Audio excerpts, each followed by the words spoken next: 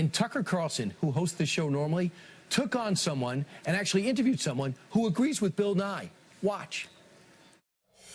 Bill Nye, who is called the science guy despite being mostly a television entertainer, recently said there is only one path to fixing the climate and saving the environment, waiting for old people who disagree with his views to die and get out of the way. Joe Romm is founding editor of Climate Progress. It's a blog run by the Center for American Progress. He says Nye may be onto something. Joe, thanks for coming on. Thanks for having me. So this seems, I mean, look, there are lots of disagreements in science. This seems like a pretty nasty way to frame it. People who disagree with me should just go die?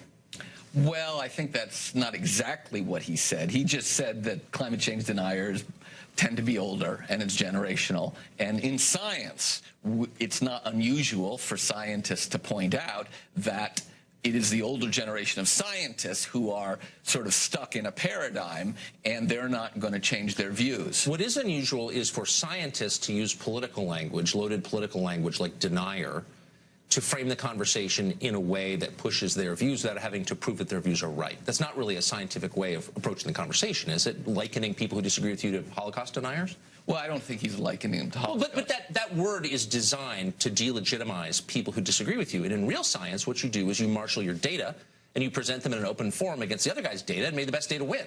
Right. That's but not then really what happens after that? We've been doing that for 25 years. You know, the United Nations, all the countries of the world asked all the leading scientists to review the science every 5 years, right, and put out a report. And that report, by the way, was then reviewed line by every world government. So this is kind of the least common denominator. No, but that's not true, because there are many questions up in the air, like what causes global warming. That's not a big question anymore. It may not be a big question. Most people may agree with one interpretation of it. I'm not contesting it. I'm merely saying that's only but one of many. Is it real? How profound is it? What causes it? Can you reverse it? I mean, it's presumably valid to have, you know, a place on the spectrum on any of those questions without being a denier, without being immoral, without being stupid, without being deserving of death.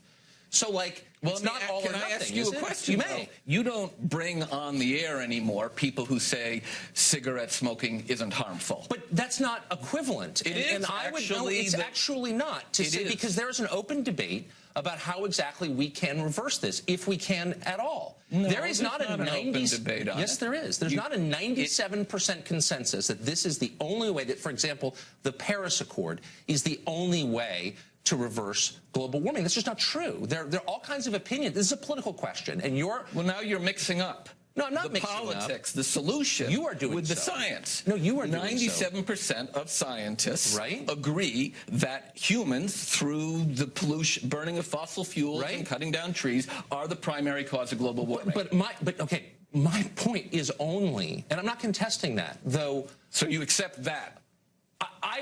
I'm not contesting that for the purposes of this conversation. I'm merely saying you contest it? That is one. Look, here's what I contest. I contest the idea that science is ever settled. The nature of science is that you bring to bear to what you think you know an endless series of questions. You are endlessly skeptical.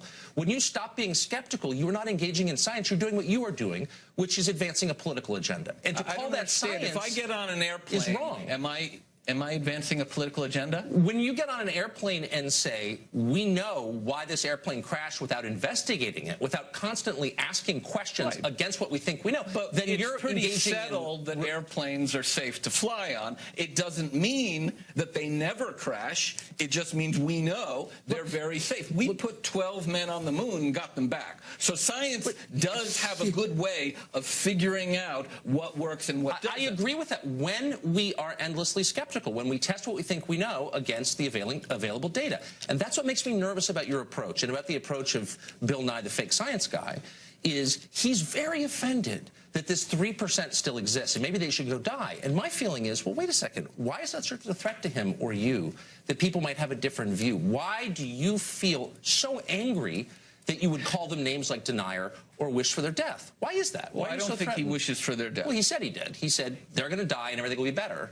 In Charles Darwin's book, Origin of the Species, he says He knows that evolution is true. He knows he's not going to persuade the existing bunch of naturalists and scientists because they've lived their whole career with another paradigm, and he is looking forward to the next generation who will look at this objectively. Now, you're not looking at this objectively. Well, actually, I think I am more than you. Maybe because I know less than you on this subject. I know religious behavior when I see it. And I think that anybody who is threatened by questions is not engaging in science, he's engaging in theology. But it seems to me you're threatened by us actually solving the problem. Not in the slightest. Well, you're opposed to, you said the Paris Agreement is somehow no good. That's the solution that every single country in the world, 190 nations, unanimously agreed. No. Only President Trump pulled out. See, now you're revealing you're not a scientist, you're a political person, because I'm asking sincere... I'm a scientist by training. You're not behaving like one.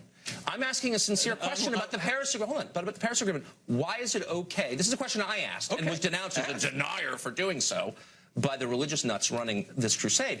Why is it okay for the biggest polluters in the world to keep polluting for many years to come? Why do we call that progress? And they're like, oh, you don't believe in global warming? I'm not saying that. I'm asking a sincere question. Actually, they are.